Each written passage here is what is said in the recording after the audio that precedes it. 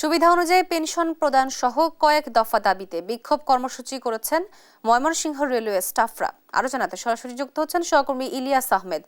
ইলিয়াস, কি দাবি নিয়ে বিক্ষোভ করছেন স্টাফরা? কি আছে তথ্য আপনার কাছে জানাবেন।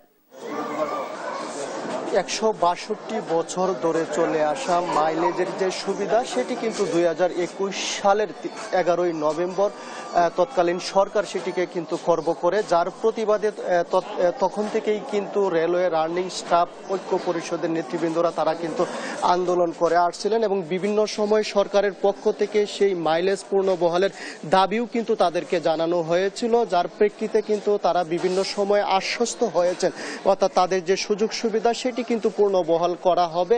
২০২১ সালের পরে নানান সময়ে আন্দোলন করে আসলেও তাদের যে দাবি দেওয়া রয়েছে সেটি কিন্তু এখনো পর্যন্ত পূরণ হয়নি, যার কারণে কিন্তু তাদের যে আন্দোলন কর্মসূচি সেটি কিন্তু অব্যাহত রয়েছে। আমরা দেখেছি গত ডিসেম্বর মাসেও কিন্তু রেলওয়ে রানিং স্টাফ ঐক্য পরিষদের নেতৃবৃন্দরা সারা দেশেই কিন্তু তারা আন্দোলন গড়ে তুলেছেন, যার প্রেক্ষিতে আমরা দেখেছি বেশ কয়েকদিন ট্রেন চলাচল বন্ধ ছিল, লোকাল ট্রেনগুলো।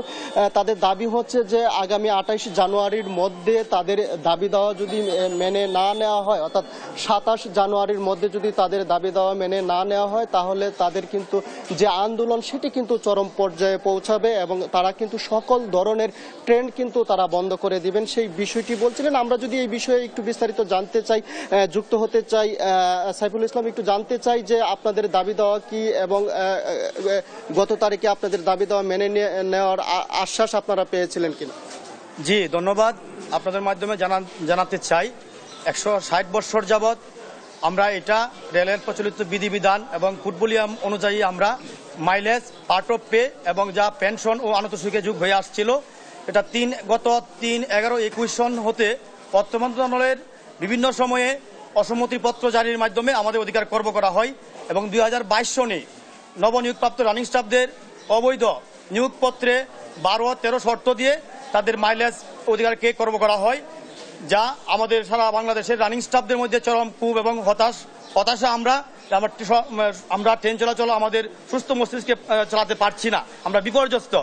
আমরা চাই যে আপনারা জানেন যে মানুষের বা যে কোনো সরকারি কর্মচারী হোক, সে যে কর্মচারী হোক, দিন দিন তার বেতন বাড়বে, কিন্তু কমবে কেন? আজকে এই পত্রের অর্থ মন্ত্রণালয়ের সেই অবৈধ পত্রের মাধ্যমে আমাদের বেতন কমে দেওয়া হয়েছে, যা আমরা মানসিকভাবে বিপর্যস্ত। আমরা চাই, আমরা ইতিপূর্বে ৪.৫ বছর যাবৎ আমরা এই আন্দোলন সংগ্রাম করে আসছি। আমরা চাই অতি দ্রুত আগামী ২৭ তারিখের মধ্যে অর্থ মন্ত্রণালয়ের সকল অসম্মতিপত্র বাতিল করে স্পষ্ট mileage, part of pay mileage এবং পেনশন আনুতোষিকে যোগ হয়ে পূর্বের ন্যায়